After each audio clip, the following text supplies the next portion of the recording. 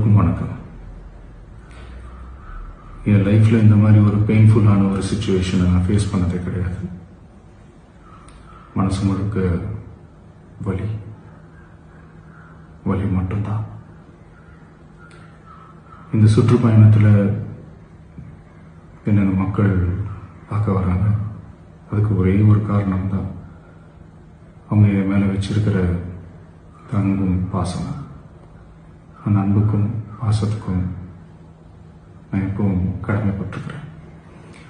அதனால தான் இந்த சுற்றுப்பயணத்தில் மற்ற எல்லா விஷயங்களையும் தாண்டி மக்களுடைய சேஃப்டி, அதில் எந்த காம்ப்ரமைஸும் பண்ணிடக்கூடாதுன்றதுக்காக தான் அது என் மனசில் ரொம்ப ஆழமாக இருக்கும் அந்த எண்ணம்.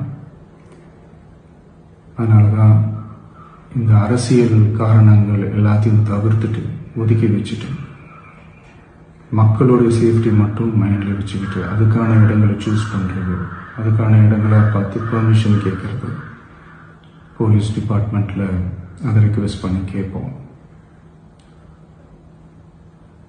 ஆனால் நடக்கக்கூடாதது நடந்துருச்சு. நான் மனுஷன் தானே.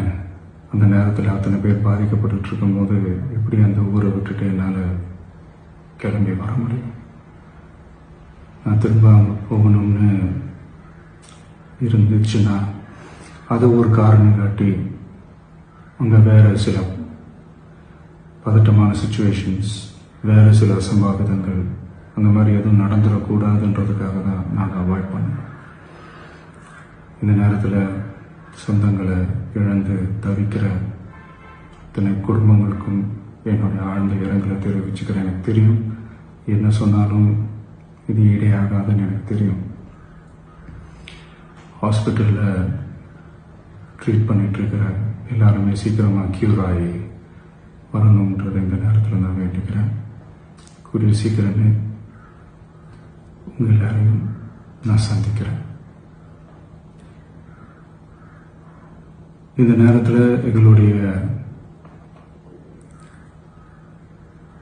வலிகளை, எங்களுடைய நிலைமையை புரிஞ்சுக்கிட்டு எங்களுக்காக பேசின அரசியல் கட்சிகளை சார்ந்த நண்பர்கள், தலைவர்கள் அனைவருக்கும் என்னுடைய நன்றியை தெரிவிச்சுக்கிறேன்.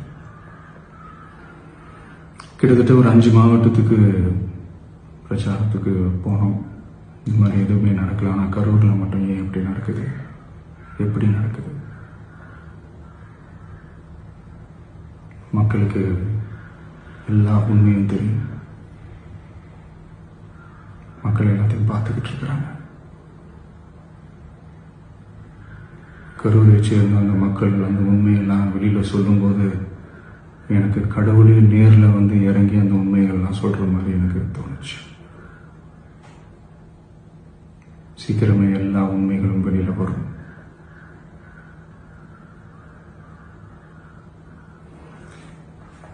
எங்களுக்கு தரப்பட்ட இடத்துல நாங்கள் போய் அந்த ஸ்பாட்டில் நின்று நாங்கள் பேசிட்டு வந்தோம். அதை தாண்டி எந்த தவறும் எங்கள் சைடில் நாங்கள் எதுவுமே செய்யலை. பட் இருந்தாலும் எங்கள் கட்சியை சேர்ந்த நிர்வாகிகள், தோழர்கள் மேலே எஃப்ஐஆர், அது மட்டும் இல்லை சோஷியல் மீடியாவை சேர்ந்த நண்பர்கள், தோழர்கள், அவங்க மேலே எஃப்ஐஆர்லாம் போட்டு இப்போ பிடிச்சிக்கிட்டு இருக்கிறாங்க.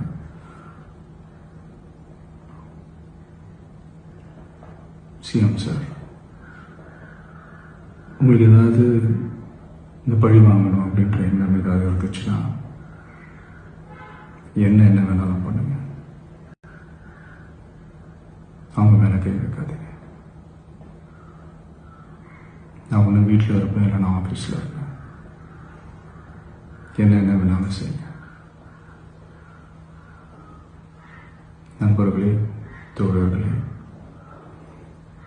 நம்மளோட அரசியல் பயணம் இன்னும் ஸ்ட்ராங்காக, இன்னும் தைரியத்தோட